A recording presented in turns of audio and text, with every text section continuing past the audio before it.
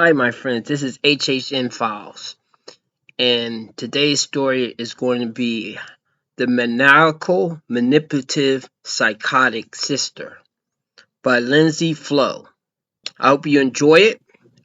This is going to be my first story, and I'm going to see how this goes. So sit back and relax, and hopefully, this is one story of many to come. The storm had felt like a rumor all day, but now the sky was delivering. For a second, like a knife catching a glint of light and refracting in the multitude, everything gleamed white. The lightning split the whole sky in half, and in that moment, it was brighter than daylight.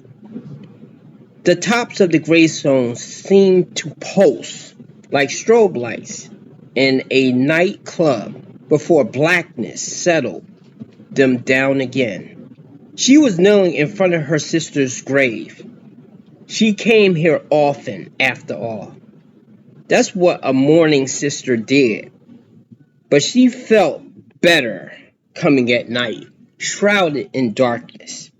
She could be herself, and she could feel what she wanted to, which sometimes was nothing. A cavernous, echoey space of emptiness. Perhaps there was a bit of pride, if she were being honest, along with the genuine sense of connection, even though her sister was nothing more than a skeleton 6 feet under.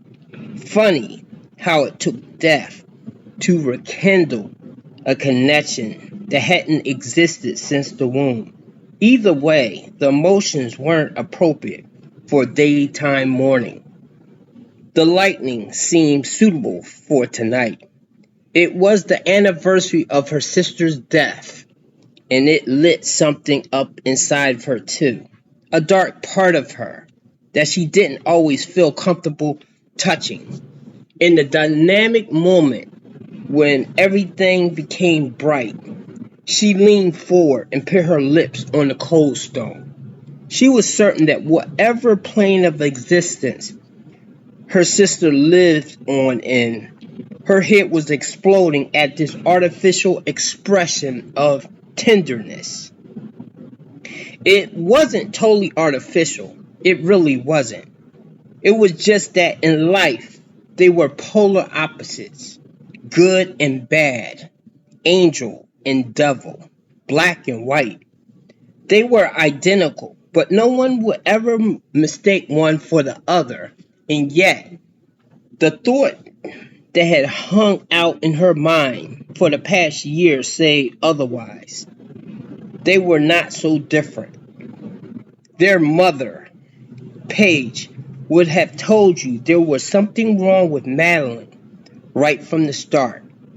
Her daughters were identical twins, but the resemblance was purely physical. Madeline had been a difficult baby from day one. She was one who cried nonstop, who refused to nurse. When Paige would finally get her settled and carefully place her down, she rarely got as far as the nursery door before Madeline's blood-curdling cries began again, often waking Erica as well. Paige would want to sob on the floor. She was absolutely depleted. Madeline was an infant who made Paige understand why shaken baby syndrome was a thing. As a toddler, Paige would tell you that Madeline fine-tuned her mean streak.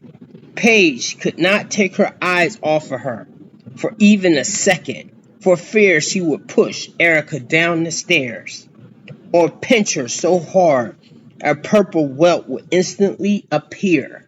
Erica, by contrast, was sweet as pie, and Paige thanked God every day for that.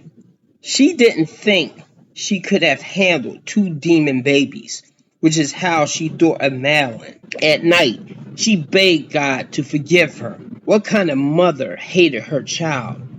Or she loved her, She loved them both, but she detested Madeline.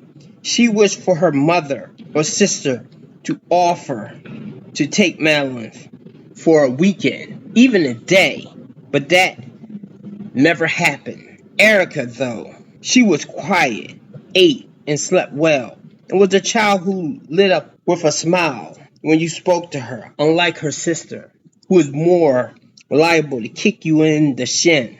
The demon grin on her face.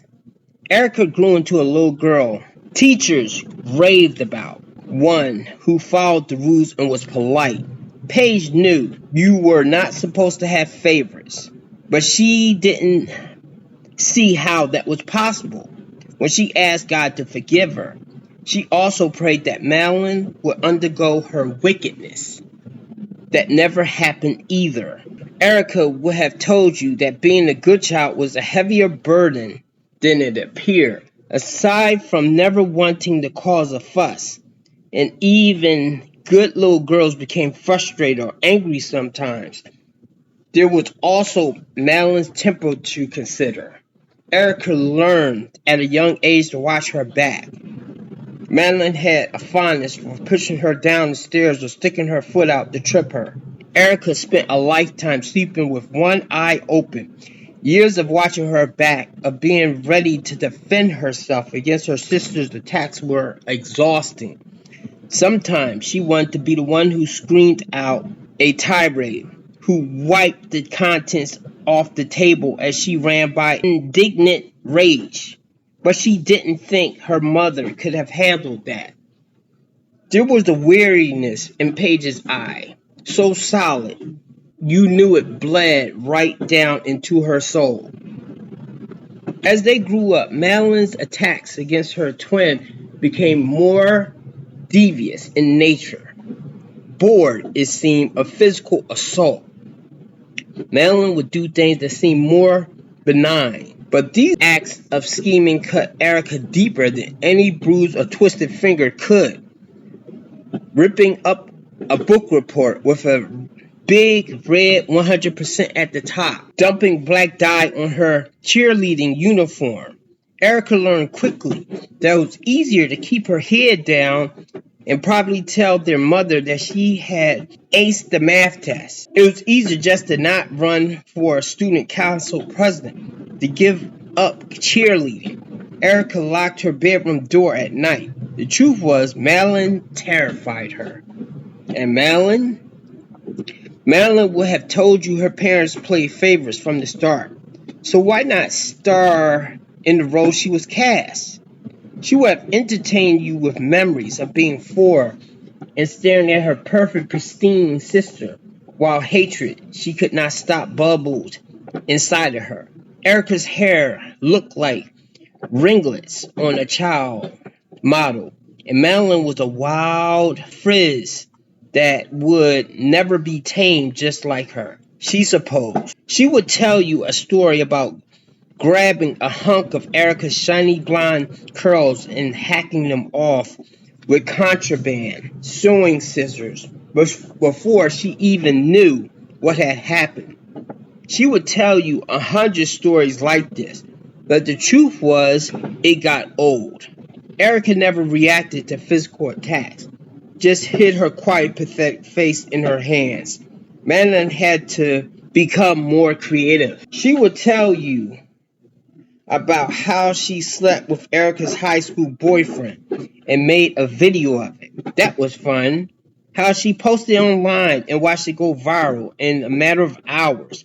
How she had kept her face out of the video so no one knew it was her. Everyone assumed it was Erica, but Erica knew. Erica knew because she was a virgin.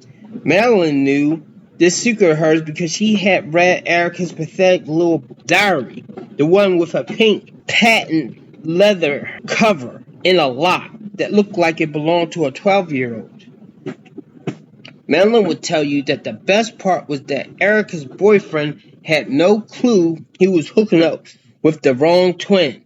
His eyeballs practically bulged out his head. He was so excited when Madeline locked Erica's bedroom door and practically took off her skirt. Madeline had chuckled after he left, and she watched the video, excited to see how this would play out. As she expected, Erica's good girl reputation took a hit, and she broke up with her boyfriend. Good. Served her right.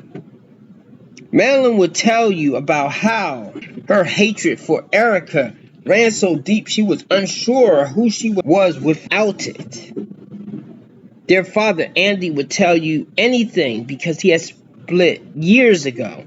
It was no secret that his reasons for departure were hinged on the behavior of his maniacal, manipulative, psychotic daughter. Both girls had heard him scream this phrase at their mother, who was refusing to get Madeline help. Scream as if instead of Madeline, her name was maniacal, manipulative, psychopathic daughter. They were only 5 years old at the time. Paige felt that Madeline was much too young to be subjected to testing, therapy, or medication. Andy felt the complete opposite into their marriage, which had once been a true love affair, although neither girl knew that dissolved.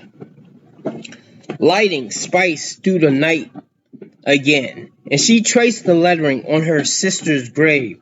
She was glad she was dead. Oh, she would never say that, even though people probably expected her to. Even though her mother side-eyed her through silent dinners. The gaze of a woman mourning tinted with fear.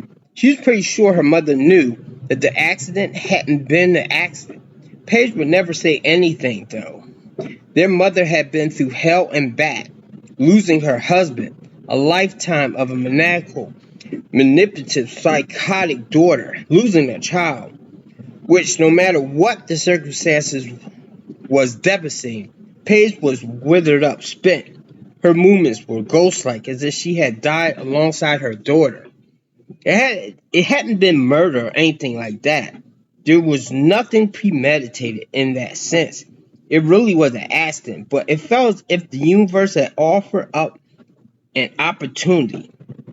Like a giant hand had reached down from the sky and say, "Here, take her out, end all your problems." It was a beautiful October day. They had driven home from school in stony silence. The fallout of Erica's boyfriend betrayal was still a fresh wound. She had parked the car and was gathering her things and then realized she needed to move it to the street. Their mother wasn't home yet, and she would need access to the garage. She threw it into reverse and immediately felt a dull thud, a heavy tap. Instinctively, she slammed on the brakes and then she let them up. She let the car roll backwards, feeling the satisfying rocking as it ran right over her sister and accomplished what she dreamt of so many times. It was shocking, both what had happened and the sense of peace that she had felt about it. Of course, the aftermath wasn't pretty, particularly the immediate aftermath. She had always felt she had a strong stomach, but seeing the remains of her twin face, identical to hers, in smithereens on the driveway was enough to make her vomit before she even dialed 911. Paige's primal scream when she showed up moments later. Ambulances already surrounding the house. Okay, she did feel bad about that. Whatever you could say about Paige hating Madeline, she couldn't help but feel empathy for her own mother. Then there had been the funeral. The abysmally low number of people in attendance. It wasn't hard to figure out why. What would they say? Sorry for your loss? The awkward and uncomfortable appearance of her father, who patted her shoulder like she was a horse in a stable. A horse he was a little bit wary of. He barely spoke to her, only stared at the casket. She swore she saw tears dripping. Before he left all those years ago, their father had made it no secret that Erica was his favorite.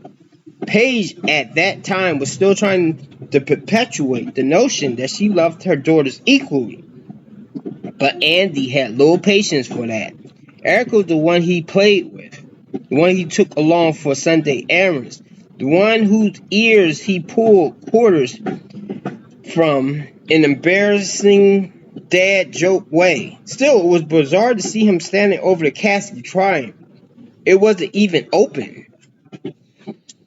She had half expected him to stick around, maybe with her sister out of the way. The three of them could form a nice, normal family. She was nearly 18, but she still fantasized about the life she could have had if it hadn't been so streaked with all the hatred. A mom and dad who loved each other and adored her, and that was it. No sister.